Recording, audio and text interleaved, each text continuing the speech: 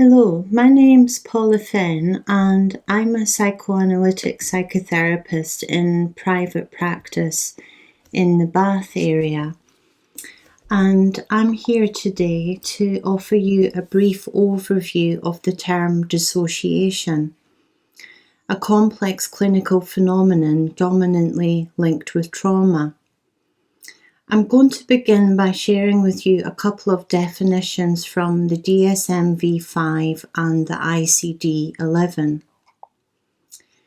According to the DSM, dissociation is a disruption of and/or discontinuity in the normal integration of consciousness, memory, identity, emotion, perception, bodily representation, motor control, and behaviour.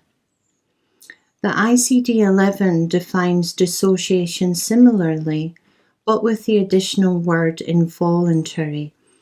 Therefore, involuntary disruption or discontinuity, and so on. Arguably, we need to pay attention to this word involuntary because dissociation is a survival mechanism which is non-self-selective and unconscious. In other words, we cannot choose to dissociate, it is automatic.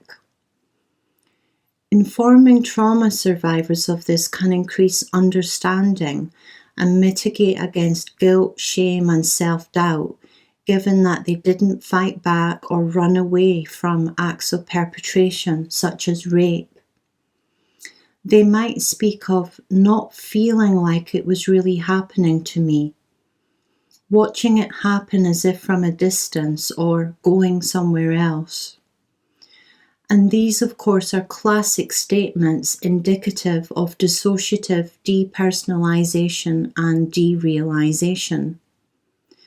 And this in turn assists us to understand the meaning behind the words disruption and discontinuity in the above definitions, in that one's everyday sense of reality and self-coherence is interrupted, along with feelings of not being present or disconnected.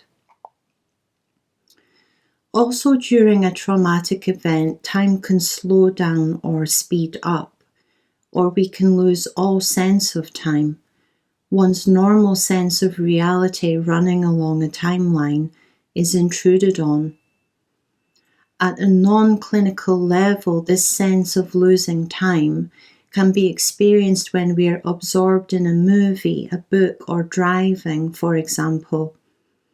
However, during a traumatic event, dissociation is not about absorption, but escape.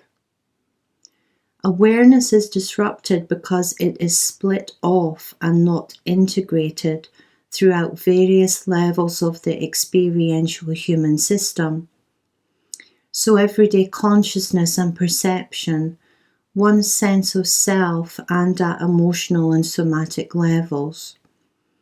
Additionally, memories are not stored in the same way due to the lack of processing of the material if dissociation is used. So let's go a little bit further into dissociation. What is dissociation? Why is it used? And what are the immediate and long-term consequences? Well, I would define dissociation as a defense against knowing. In other words, it's a survival mechanism which supports unknowing. As Peter Levine says, the more sudden, unexpected and shocking the traumatic experience is, the more likely that strategies of dissociation will be recruited in. Dissociation is not just a mental event, it's not only about the mind not knowing. Other experiential layers are involved. And this is because the human being cannot immediately and directly allow themselves to be aware of the cataclysmic horror and terror of what they're experiencing. Dissociating will have an analgesic effect, a major deadening of thoughts, meaning-making, narrative cohesion, emotions and physical sensation, in order to diminish the distress and pain associated with the situation. So at cognitive levels, the mind can't know. At emotional levels, it's too frightening or distressing to feel. At meaning-making levels, there's no capacity or framework to understand what is being witnessed. Whilst at the somatic level, which includes physiology and sensorial experience, smell, taste, touch, sound and hearing, there's often an immediate and unbeckoned shutdown protective response. Sometimes dissociative extremes such as tonic immobility, freezing, rigor, and tightening of the body may even occur. The consequences of dissociation are therefore immediately protective. The not knowing allows us to survive the horrific. Consider here the child who leaves her body to eliminate awareness of sexual trauma in order to maintain an attachment to the caregiver whom they paradoxically need for nurture, protection and survival. But one of the major problems with dissociated traumatic experiences is that they've not been fully processed or integrated before they are stored. Some memories may remain in everyday consciousness, but often the most painful ones are separated from the experience. So to explain and offer a couple of examples. One person may have direct, explicit and narrative recall of the event and how it unfolded, the how, when and where, but may have split off the frightening and intrusive auditory memories of the sounds of screaming, the crash of metal or the gunshots being fired. While another person may be haunted by the visual images, which present themselves as flashbacks of collapsing buildings, raging fires or other images of destruction, but may have no explicit conscious awareness of their emotional or physiological experiences during the event. Pierre Janet was the first to propose that traumatic memories may be split off as a consequence of extreme arousal to the human system. He also noted that as a consequence of this dissociation of experiences, the traumas may linger in an unintegrated way because they've not been processed. Well, with the benefit of modern day neuroscience, what we now know is that implicit, dissociated, unintegrated trauma is not stored in memory banks in the same way. And this leads Babette Rothschild to say that the most severe consequences of trauma result from dissociation.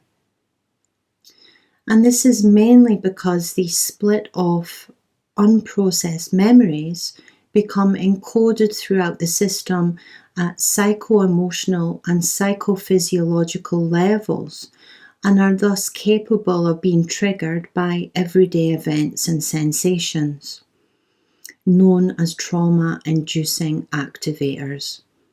So the trauma never ends, as it can constantly be reactivated, commonly known as triggering.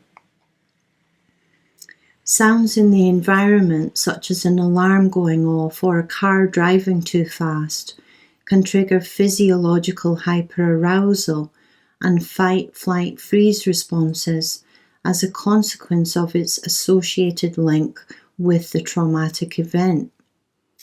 Similarly, a simple raised heart rate during exercise can trigger an implicit reminder of a trauma due to the memory of the raised heart rate during the traumatic event. Sensate cues in the environment can also reactivate implicit dissociated trauma memories, such as the smell of smoke, alcohol, or aftershave. So just to conclude this brief commentary on dissociation, I would like to add that it is imperative that anyone who seeks to work with trauma survivors must be trauma informed and ensure that they have a comprehensive understanding of dissociation and its risks of reactivation. Well, thank you very much for listening.